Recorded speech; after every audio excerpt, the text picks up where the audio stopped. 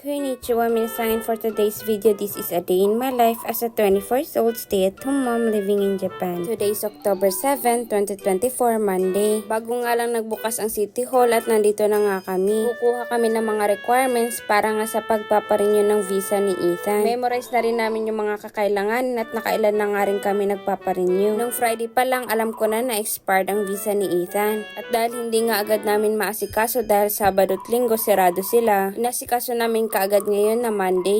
Buti na nga lang din at ang topic nga namin nung Friday about sa visa. Doon ko lang naalala na 1 year nga lang yung binigay na visa ngayon ni Ethan. At ang birthday niya nga September 7 at October na nga ngayon. Halos isang buwan na nga rin yung nakalipas na expired na nga yung visa niya. At dahil nga si Dada yung guarantor, siya din kasi ang may trabaho kaya siya din ang magagarantor. Mga papeles niya halos lahat yung mga kinuha namin dito. Yung tax certificate, yung Jominyo, at yung employment certificate ay meron naman sa website nila kaya pinaprint niya na lang sa convenience store. Pagkatapos namin sa City Hall ay dumiretso kami dito sa immigration. May trabaho nga din pala ngayong araw si Dada at panggabi nga siya ngayong week. Medyo marami nga din palang tao ngayon kasi Monday. Kaya inagahan nga din namin umalis ngayon kasi nga matagal nga hintayin yung visa ni Ethan. Dahil nga kasi expired na yung visa niya ay ngayon na rin gagawin yung residence card niya. Madalas daw talaga nakakalimutan yung visa ng mga baby. Kaya kapag sumobra na daw ng 3 months ay doon na daw sa Nagoya inaasikaso yung visa. Naabutan nga pala ng expiration ay doble nga pala yung binabayad. Sabi kasi ni Ate Lily, yung translator ng mga Pinoy dito sa Toyohashi na nandito ngayon, ito tourist visa muna siya tsaka nga siya ilo long term. At dahil sa sobrang tagal nga ng hintayan, dito na nga kami ni Ethan sa sasakyan naghintay. Si Dada na nga lang din naghintay doon sa itaas. Naabutan na nga rin kami ng tanghali kaya dito na kami sa convenience store bumili ng pagkain namin. Nag-e-expect na rin pala kami kanina na papagalitan nga kami ng immigration. At thankful nga kami na may mga bagong staff doon. Sila ngayon nakaharap namin pagkadating namin. Dahil nga bago pa, mababait pa sila.